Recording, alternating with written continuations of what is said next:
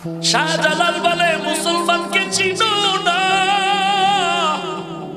মুসলমান এমন একটা জাত যে কদম সামনে আগায় দেয়, কদম আর পেছনে ফিরায় নেয় না। শাহজালাল এসেছে কালেমার পতাকা উড্ডীন করবে, শাহজালাল পেছনে যাবে না, তোকেই যেতে হবে। গৌর গোবিন্দ, গৌর গোবিন্দ বলে যুদ্ধ হবে। শাহজালাল বলে আমিও রেডি, তোর আছে টাকা, তোর আছে অস্ত্র, আমি শাহজালালের টাকা নাই, অস্ত্র নাই, তবে আমার আছে আমার আল্লাহ। এরে নবীর উম্মতির দল, আল্লাহ বলেন ও মুমিন কোনো ভয় নাই। যত কিছু দেখতেছো, বড় বড় মেঘের খণ্ড দেখলে ভয় পাইস না, যত মেঘ অত বৃষ্টি হবে না। বাতিলের দেখিয়া ভয় পাইস না, কারণ বাতিল যতই কিছু করুক না কেন, ওরা টুপিওয়ালা কোরআনওয়ালারে বড় ভয় পায়। শাহজালাল রেডি হয়ে গেলেন। রাতের বেলা তাহাজ্জুদে কান্নার আওয়াজ, এমন কান্না দিলেন আল্লাহর আরশে আজিম পর্যন্ত পৌঁছে গেল শাহজালালের আওয়াজ। আকাশেতে লক্ষ তারা, এক চাঁদের আলো, লক্ষ মানুষ থেকে একজন আল্লাহওয়ালা ভালো। শাহজালাল কান্নার আওয়াজ দিলেন আর বললেন ও আউলিয়া কেরামের কাফেলা, এমন একজন ওলিয়ে কামেল কি বলবেন যার কোনদিন নামাজ জামাত ছাড়া পড়েন নাই, জামাতেই পড়েছেন। নাসিরউদ্দিন নামের ওলিয়ে কামেল দাঁড়ায় বলেন আমার জীবনে নামাজ ছুটে নাই, জামাতও ছুটে নাই। শাহজালাল বললেন ও নাসিরউদ্দিন, আর দেরি না করে ফজরের আযানের ধ্বনিটা আপনার জবানেই হয়ে যাক। নাসিরউদ্দিন নামের ওলিয়ে কামেল শাহজালাল রাহমাতুল্লাহ আলাইহির অনুমতি ক্রমে যখন ফজরের আযান দেওয়া শুরু করলেন, জমিনের মধ্যে জালজালা শুরু হয়ে গেল। আযান শেষ হতে না হতে গৌর গোবিন্দ ধ্বংস হয়ে গেল। ওই আল্লাহ আছে না নাই? আছে না নাই? তাহলে কেন ভয় পাও রে মুমিন? আল্লাহকে ভয় করো, দুনিয়ার সবাই তোমাকে ভয় করতে বাধ্য হও। ইয়া আইয়ুহাল্লাযীনা আমানুত্তাকুল্লাহ, এক নম্বরে মুমিন ভয় করো আল্লাহকে, দুই নম্বরে জবানের হেফাজত করো। আল্লাহর ভয়ের নাম তাকওয়া। তাকওয়া অন্তরে থাকার জিনিস। এই তাকওয়া যদি অর্জন করতে চাও, যারা তাকওয়ার সাধনা করে তাকওয়া অর্জন করেছেন তাদের সাথে বন্ধুত্ব করে দাও। এরে নবীর উম্মতের দল, আল্লাহর বান্দা যুবক সন্তান এমন কোন গুনাহ নাই করে নাই।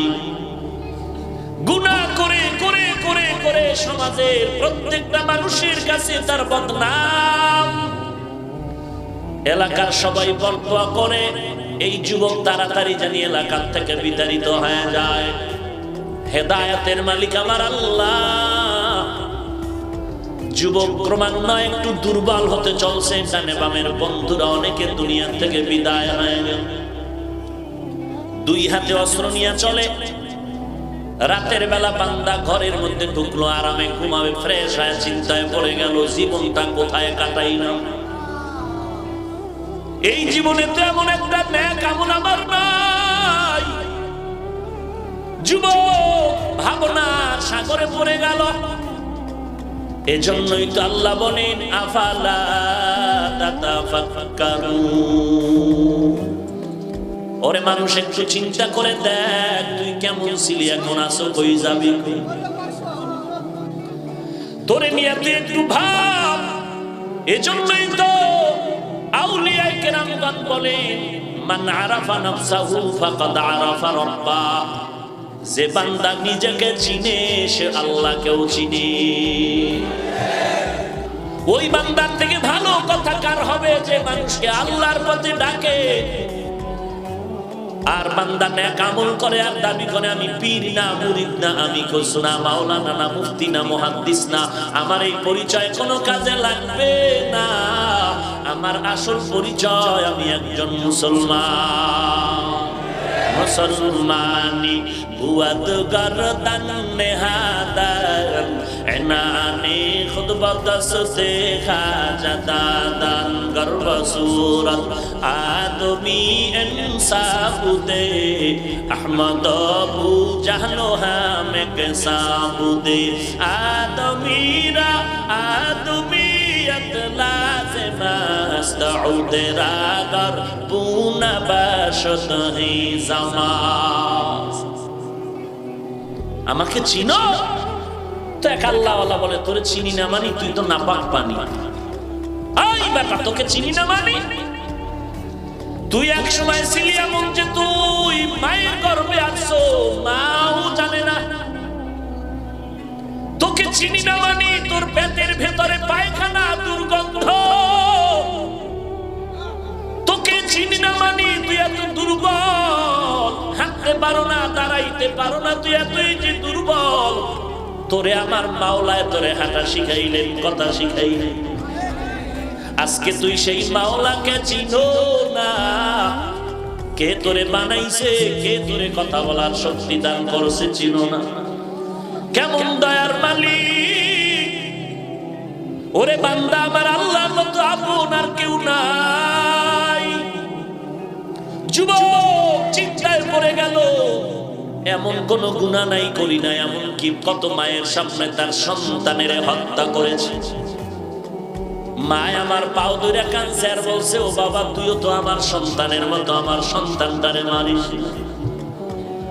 কার কান্না কে শুনে মায়ের সামনে কত সন্তানরা আমি টুকরো টুকরো করে জবাই করে ফেললাম কিন্তু যাদের নিয়ে আমি বাহাদুরি করেছি ডানে নাই বামে নাই কেমন যেন এতিম একা একা হয়ে যাচ্ছে এলাকার মানুষ বর্তোয়া করে এই বর্তোয়া নিয়ে মরলে তো আমি একা বাঁচবো না আমার সন্তানের উপরে অপবাদ দিবে মানুষ না এই অপবাদ নিয়ে আমি মরতে চাই না অপবাদ থেকে বাঁচার কোনো উপায় আছে নাকি ভয় অন্তরে এসে গেল প্রত্যেকটা মানুষের মরণের আগে এই অবস্থা একবার আসবেই আসবে জীবনে করলাম কি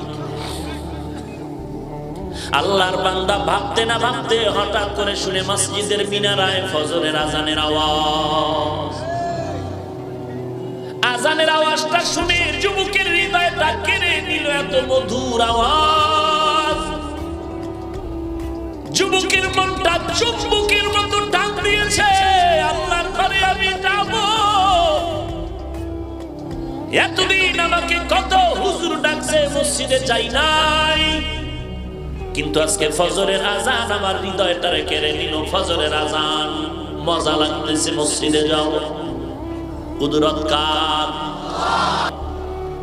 আল্লাহ যাকে হেদায়েত দিবেন হেদায়েত পেয়ে যাবে যার কপাল খারাপ সে হেদায়েত পাবে দূরের কথা হেদায়েত পাওয়ার মতো কোনো মুরব্বিও খুঁজে পাবে না যুবকের মনটা কেড়ে নিল আজান ফজরের আজান বড় মায়ার আজান এই জন্য নবীর তরিকা সুন্নাত হলো মুয়াজ্জিন সাহেব ফজরের আজান যেন বিনা ওযুতে না দাও বগুড়ার মিষ্টি আর কত মজা যে খায় না সে বুঝে বগুড়ার দধি আর কুমিল্লার রসমালাই এমন মজা যে খাবে না সে বুঝবে না যে একবার মজা পায় সেই বান্দা ওই মজা কাউকে বুঝাতেও পারে না ঠিক তেমনি ভাবে আল্লাহ তাআলা মুহাব্বতের ওই দরিয়ায় যে কি মজা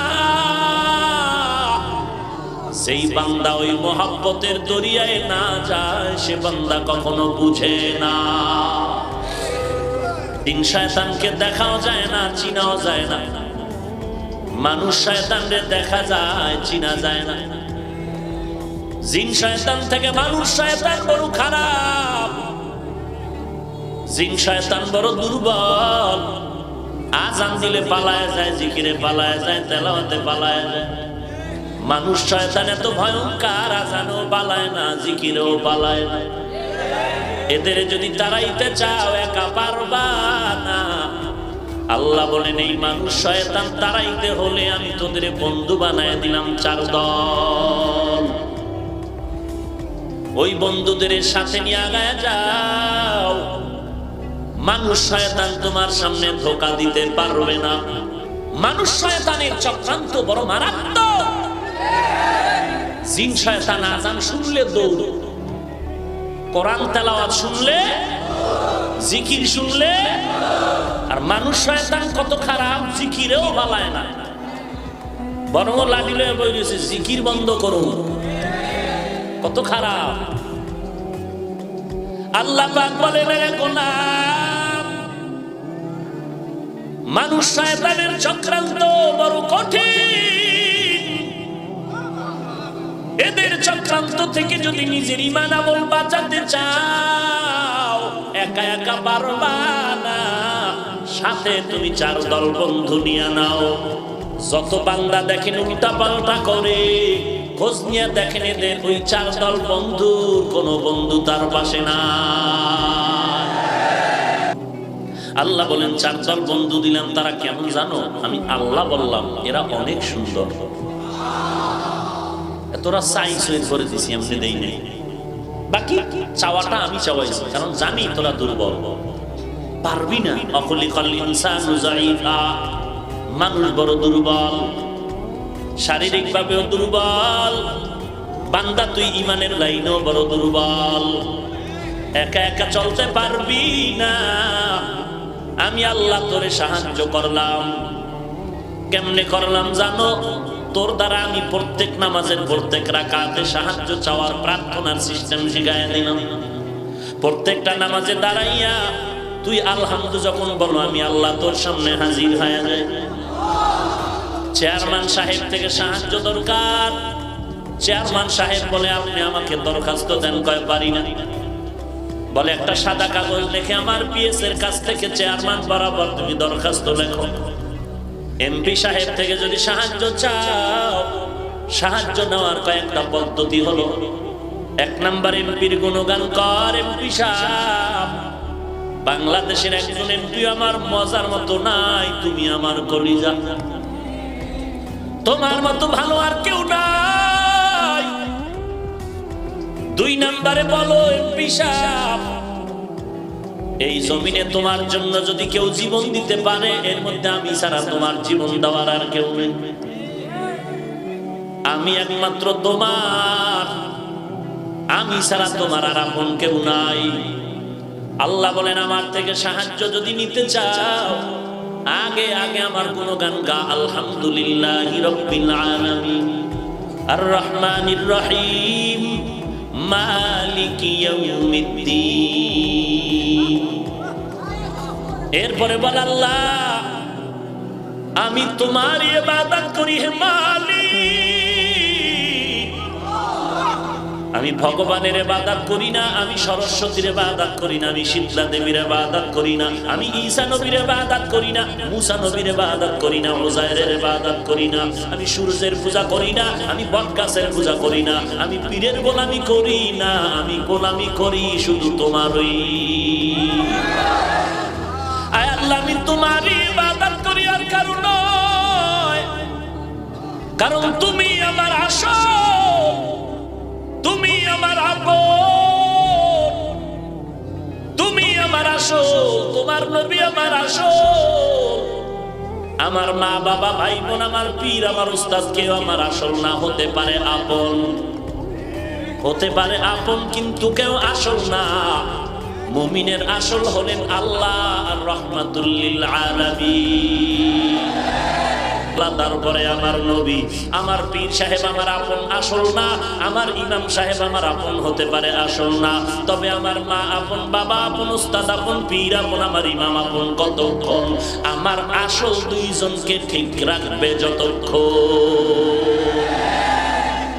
ইমামুল আউয়ালিনাল আখিরিন, বাহরে সাদকা রাহমাতাল লিল আলামিন। আমার আসল 2 জন আল্লাহ, তারপরে আমার নবী। অন্যরা আমাদের আসল না, আপন, তবে আপন কতক্ষণ? আমার আসল 2টা ঠিক রাখবে যতক্ষণ। আমার পীরের আমি আপন মনে করি ততক্ষণ, পীর আমার আল্লাহ এবং নবীর লাইনে থাকবে যতক্ষণ। যদি দেখি আমার পীর আমার আল্লাহর লাইনে নাই, নবীজির লাইনে নাই, আমিও পীরের পক্ষে না। বাদশা সফরে চলতেছে, গরিবের সাথে মুলাকাত। গরিব বলে, বাদশাহ জাহাপনা কিছু দাও। বাদশাহ বলে দিব, তবে এক কথায় একবার চাবি, দ্বিতীয়বার চাইলে দেওয়া হবে না। গরিব বুদ্ধি করে ডাক নিয়ে কয়, বাদশাহ যেহেতু এক কথায় চাইতে হবে, একবার চাইতে পারবো, বারবার চাওয়ার অনুমতি নাই, তাহলে আমি এক কথায় পেঁচায় দিলাম, আমাকে দাও। আমি চাই আমার মেজো বউয়ের হাতে স্বর্ণের প্লেটে বিরিয়ানি খেতে চাই। তার মানে বউ একটা আছে, আর একটা দাও। স্বর্ণের প্লেট থাকা মানে আমি কোটিপতি হয়ে যাই। বিরিয়ানি খাওয়ার উদ্দেশ্য, জীবনে আমি ভিআইপি ছাড়া নন ভিআইপি খানা খাবো না। এক কথায় জানায় দিলেন, আল্লাহ আমি আল্লাহর কাছে যত সাহায্য চাই, টাকা চাই, পয়সা চাই, বাড়ি চাই, সুস্থতা চাই, সবগুলো একটা কথার মধ্যে ঢুকায় দিলেন। তার নাম হলো হেদায়াত। ইহদিনাস সিরাতাল মুস্তাকিম। আয় আল্লাহ, জান্নাতে যাওয়ার জন্য তোমার হেদায়েতের আলো চাই। কেমন আলো? আল্লাহ শিখায় দিলেন এইভাবে, বল সিরাতাল্লাযীনা আন'আমতা আলাইহিম, তাদের পথ যাদেরকে আপনি হেদায়েতের নিয়ামত দান করেছেন, তাদের পথ। গায়রিল মাগযুবি আলাইহিম ওয়ালাদ-দাল্লিন, খ্রিস্টান আর ইহুদি গোমরা পথভ্রষ্ট, তাদের পথ আমরা চাই না। ওই বান্দাদের নিয়ামত প্রাপ্ত যারা, তাদের পথ চাই। তারা কারা? বলে তারা চার দল, নবীগণ, সিদ্দিকগণ, শহীদগণ, সালেহগণ।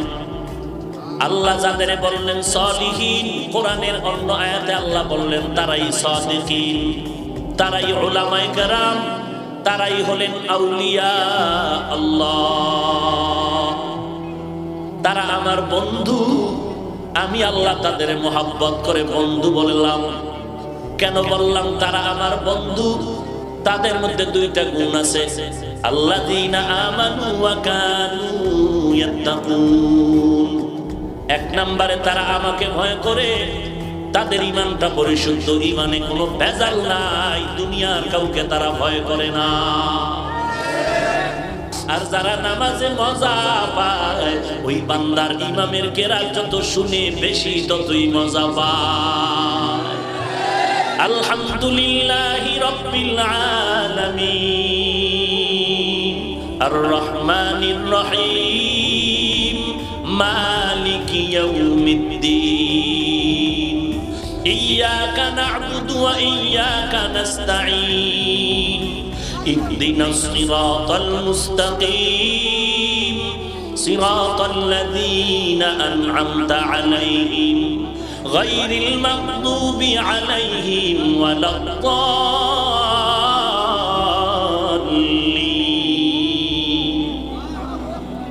এরে নবীর উম্মতের দল, সেই বান্দা মদিনার নবীর মুহাব্বত একবার পেয়েছে, ওই বান্দা নবীকে না দেখাও দান দান শহীদ করেছে। যেই বান্দা মদিনার ঘেরান একবার পেয়েছে, ওই বান্দা মদিনার জন্য পাগল হয়েছে। গর্তের পিপিলিকা আল্লাহর কাছে বলে, মালিক একটু তুমি বাইতুল্লাহ ঘরটা দেখাও, মদিনার নবীর রওজাটা দেখাও। আল্লাহ বলেন, ওরে মক্কার কবুতর, অমুক এলাকায় চলে যাও, গর্তের ভেতরে আমার একটা পিপিলিকা বাইতুল্লাহর পাগল হয়ে আছে, মদিনার পাগল, মদিনাটা দেখায় দাও। আল্লাহর অর্ডার, মদিনার আরবের কবুতর রওনা হয়ে গেল। ওরে বান্দা, যার মধ্যে দিলের মধ্যে তামান্না তৈরি করো, তামান্না তৈরি করো। বাচ্চা তো মা কয়া ডাকে, আম্মু কয়া ডাকে, আম্মু কয়া ডাকে। মায় কিন্তু প্রথম ডাকটাই শুনতে পেরেছে, কিন্তু জবাব দেয় না, কারণ মায়ের দিলটা এমন। মা মা কয়া বাচ্চা যখন ডাকে, মায়ের কলিজায় বড় মহব্বত জন্ম নেয়। মা এই জন্য একবার ডাকে সাড়া দেয় না, মা চায় বারবার বারবার যেন বান্দা আমাকে ডাকে, সন্তান আমাকে মা মা কয়া ডাকে। ওরে মায়ে যদি বাচ্চার আম্মা ডাকটা বারবার শুনতে মজা পায়, আমার আল্লাহর কি মজা লাগবে না? আল্লাহ কি চায় না বান্দা তুই আল্লাহকে বারবার বারবার আল্লাহ বলে ডাকবি? এরে নবীর উম্মত, আল্লাহ আল্লাহ বলে তুই ডাকবি, আল্লাহ পাক তোর ডাকে বড় খুশি হয়ে যাবেন। যেই বান্দা নবীর একটা সুন্নত টুপির পাগল, মোহাব্বত অন্তরে, সেই বান্দা যদি শুনে নবীরে কেউ গালি দিছে কেমনে সহ্য করবে? পারে পারে? এরে ওরা তো মদিনার বড় আশিক, ওরা মদিনার সুন্নতের মধ্যে যেই মজা পেয়েছে তুমি তো বুঝবা না। তুমি উল্টা ফতোয়া দাও, টুপি মাথায় দিলে মাথা গরম হয়, আর ওই বান্দা টুপির উপরে পাগড়ি বেঁধে চলে আর চোখের পানি ছেড়ে কাঁদে, আল্লাহ তুমি আমাকে মাফ করে দাও। ওই বান্দা রাতের বেলা ঘুমায় না, গভীর রাত আল্লাহর সাথে কথা বলার জন্য যায় নামাজে হাজির, আমার মাওলার সাথে মোলাকাতের জন্য গভীর রাতে হাজির হয়ে যায়, আর বলে ও মালিক তুমি আমাকে খালি হাতে ফিরাইয়া দিও না, মাফ করে দাও আল্লাহ। জীবনে এমন কোন গুনাহ নাই করি নাই, ও আল্লাহ জাহান্নামের অবস্থা অন্তরে জমা হয়ে গেল, জাহান্নামের ভয়, দুনিয়ার গরম সহ্য করতে পারি না, ও আল্লাহ তোমার বানানো জাহান্নামের আযাব কিভাবে সহ্য করব? ওরে নবীর উম্মতের দল, যেই বান্দা আল্লাহকে আসল মনে করবে, নবীকে আসল মনে করবে, ওই বান্দা আল্লাহর জন্য নবীর জন্য জীবন দিতেও চিন্তা করে না, কারণ তার কাছে আমার আসল হলো আল্লাহ, ওই মুমিনের কাছে আসল হলো আমার নবী। কেমন আমার নবী? যেই নবীর শরীর মোবারকে মশা মাছি পরা হারাম, যেই নবীর শরীর মোবারকের ঘাম থেকে মিশকের ঘ্রাণ পাওয়া যায়। আম্মা জান আয়েশা বলেন, নবীজির ঘাম আমি বোতলে করে রাখতাম আর বড় বড় অনুষ্ঠানে মিশক হিসাবে ব্যবহার করতাম। যেই নবীর শরীরে মশা পড়ে না, মাছিও পড়ে না হারাম, ওই নবী আমার কালেমার দাওয়াতের জন্য তায়েফের ময়দানে যায়। ওই তায়েফের বেঈমান কাফির ছোট ছোট বাচ্চাগুলোরে কয়, মক্কার পাগল এসেছে, পাথর মেরে তাড়াইয়া দাও।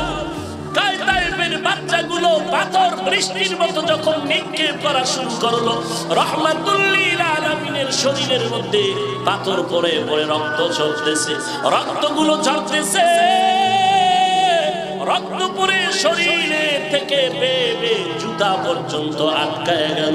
এরে নবীর উম্মতের দল, শরীরের মধ্যে রক্ত বৃষ্টির মতো প্রবাহিত হচ্ছে, আমার রাহমাতুল লিল আলামিন এত কান্নার আওয়াজ, কান্না আল্লাহ পর্যন্ত সহ্য করতে পারলেন না। আল্লাহ ডেকে বলেন, জিবরাইল জলদি করে যাও, আমার নবীর অর্ডার করো, এখনই আমি তায়েফের জমিন উল্টায় সব ধ্বংস করে দিই। কেমন মায়ার নবী আমার, কেমন দয়ার নবী আমার। জিবরাইল বলা মাত্র নবী বলেন, মারবা না, ওরা আমাকে চিনে না, যদি চিনতো আমাকে ওরা পাথর মেরে রক্ত ঝরাতো না। সেই নবীর দিন আজ কোথায় রে মুমিন? কোথায় গেল নবীর সে আদর্শ রে মুমিন? আজকে তুমি মুসলমান দাবি করো, তোমার চলাফেরায় নবীর সুন্নাত নাই। আল্লাহকে ভয় করো, আল্লাহর ভয় যতদিন পর্যন্ত আসবে না আমলের আগ্রহ হবে না, আর আল্লাহর ভয় অন্তরে ততদিন পর্যন্ত আসবে না যতদিন পর্যন্ত একজন আল্লাহওয়ালার বন্ধু হতে না পারবা। আল্লাহওয়ালার বন্ধু হয়ে যাও, আল্লাহর ভয় অন্তরের মধ্যে ঢুকাও, গুনাহ ছেড়ে তুমি নেক আমলের জন্য সামনের দিকে আগাও। যুবক মসজিদে রওনা, নামাজ আদায় করবে, দিলটা নরম হয়ে গেল। ইমাম সাহেব ওযু করতে এসে দেখে এলাকার বড় চাঁদাবাজ সন্ত্রাসী মসজিদের বারান্দা। ইমাম ভয় পেয়ে গেল। যুবক বলে, ভয় পেও না, আমি আজ গরম মেজাজ নিয়ে আসি নাই, দুর্বল নিয়ে আসি, তওবার নিয়তে আসি। ইমাম সাহেব ওযু শিখাইয়া দিলেন। যুবক ওযু করে নামাজের মুসাল্লায় দাঁড়ায় গেল। নামাজ আনতে ইমাম সাহেব যুবকের নিয়ে কামরায় নিয়ে বলে, যুবক কি চাও? বলে, আমি তওবা করে দিনের পথে চলতে চাই। ইমাম সাহেব বলেন, তুমি তওবা করো আর একজন খাঁটি আল্লাহওয়ালার সাথে সম্পর্ক জোড়ায় দাও। কই ভাই আল্লাহওয়ালা? চিনি না। বলে, যাও অমুক এলাকায় জংলার কিনারে একজন আল্লাহওয়ালা আছে, তার সাথে বন্ধুত্ব তৈরি করো। আল্লাহর বান্দা রওয়ানা ওই এলাকায় খুঁজতে খুঁজতে খুঁজতে খুঁজতে চলে গেলেন একজন আল্লাহওয়ালার সন্ধান পাওয়ার জন্য। আল্লাহওয়ালার সন্ধান পেতে গিয়া ওই আল্লাহওয়ালার বাড়ির দরজায় দাঁড়ায় খবর পাইলেন এই বাড়িটা আল্লাহওয়ালার বাড়ি। সালাম দিয়া ডাকলেন, ঘরের মধ্যে কে আছেন? আমি এক আগন্তুক যুবক, একটু কথা আছে। ঘরের থেকে আওয়াজ নাই। আবার যুবক ডাক দিল, কোনো সাড়া নাই। আবার ডাক, সাড়া নাই। একটু কঠিন আওয়াজ দিয়া বলল, ঘরে কি কেউ নাই? হঠাৎ করে একটা মহিলার কণ্ঠ ভেসে আসলো, ডাক দিয়া বলে, কে তুমি? আমি যুবক, কি চাও? বলে, এই বাড়ির আল্লাহওয়ালার কাছে আমি বায়াত হতে চাই। মহিলা কর্কশ মেজাজ দিয়ে কিছু বাজে কথা যুবকের বলল, যেন এখানে না থাকে। নতুন যুবক, দিন চিনে না, হঠাৎ এই মহিলার বাজে কথা শুনে মনটা খারাপ। বিদায় হয়ে যাবে, প্রতিমধ্যে একজন পরিচিত আল্লাহর এক বান্দা আল্লাহওয়ালার বন্ধুবর ডেকে বলে, কই যাও? আসছিলাম আল্লাহর ওলির সাথে মোলাকাতের জন্য, ঘরের ব্যবহার ভালো না, ফেরত যাই। বলে, দাঁড়াও, আমরা আল্লাহওয়ালাকে চিনি, তার ব্যবহার বলো খারাপ নয়। বিবির ব্যবহার খারাপ হলেও আল্লাহওয়ালা একজন খাঁটি আল্লাহওয়ালা, দেখা করে তারপরে যাও। যুবক বলে, কোথায়? বলে, একজন আল্লাহর ওলি, বড় গরীব, জঙ্গলের মধ্যে কাঠ কেটে কেটে মাথায় করে বাজারে নিয়ে বিক্রি করে তারপরে তার জিন্দেগি চালায়। তুমি রাস্তার কিনারায় দাঁড়াও, ওই আল্লাহর ওলি এই পথে আসবে, তোমার সাথে মোলাকাত হয়ে যাবে। যুবক রাস্তার ধারে দাঁড়িয়ে গেল। কিছুক্ষণ পর তাকায় দেখে একটা বাঘের পিঠে পাগড়িওয়ালা বুজুর্গ বসে আছে। যুবক তাকায় দেখে বাঘের পিঠে এক পাগড়িওয়ালা বসে আছে, লাকড়ির বোঝা, হাতে একটা লাঠি। যুবক বাঘ দেখে ভয় পেয়ে গেল, পিছপা হতে লাগলো। বাঘের পিঠে আরোহিত ব্যক্তি পাগড়িওয়ালা কয়, যুবক দাঁড়াও, কোনো ভয় নাই, একটু দাঁড়াও, ভয় পাওয়ার কিছু নাই। যুবক দাঁড়ায় গেল। আল্লাহর ওলি কিনারায় আসলে তাকায় দেখতেছে ওই আল্লাহর ওলির হাতে যে লাঠি দেখছিলাম, এটা লাঠি না, জংলার বড় একটা সাপ। যুবক ডাক দিয়া বলেন, ও আল্লাহর ওলি, আপনার কাছে আসছি, কথা পরে আগে জবাব দেন। স্ত্রীর ব্যবহার এত খারাপ কেন? ছেড়ে দেন না কেন? আল্লাহর ওলির নাম আবুল হাসান।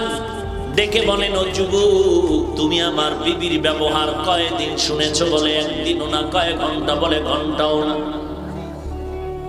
মাত্র আধা মিনিট শুনেছি। বলে, এতেই তুমি একটু দুর্বল হয়ে গেছো। আর আমি আবুল হাসানের জিন্দেগির 3/2 অংশ শেষ। আমার এই বিবির ব্যবহারে কোনোদিন মনটা খারাপ করি নাই। আল্লাহর দরবারে সবর এখতিয়ার করে কান্না করে দোয়া করেছি।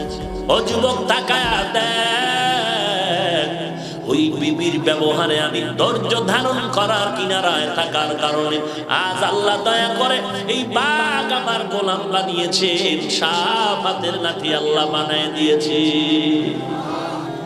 আল্লাহ পাকের আযাব বড় ভয়ঙ্কর, সহ্য করার শক্তি কারো নাই। এই আযাব আল্লাহ কাকে দিবেন? যারা গুনাহ নিয়ে কবর দেশে যাবে, তাদের জন্য এই আযাব। আল্লাহর কাছে তওবা করুন মালিক। জিন্দেগিতে গুনাহ কম করি নাই, তবে আজ তওবার দরওয়াজায় ফিরতে চাই। জীবনে আমি তাকায় দেখলাম আমার আমলনামা গুনাহ ছাড়া আর কোনো নেক আমল নাই। আমার গুনার কারণে হাত না পাক, আমার জিহ্বা না পাক, গুনাহের কারণে আমার অন্তর না পাক, গুনাহের কারণে আমার চোখ না পাক, আমার কান না পাক, আমার পা না পাক। ও দয়ার মালিক, এই ময়দানে আমার মতো যেমন গুনাহগার কেউ নাই, আপনার মতো দয়াময় আর কেউ নাই রে আল্লাহ। আপনি তো পারবেন ক্ষমা করতে, ক্ষমা করার আর ক্ষমতা কারো নাই। ও আল্লাহ, আজকে এই ময়দানে তওবার দরওয়াজায় ফিরতে চাই রে মালিক, তুমি আমাকে মাফ করে দাও।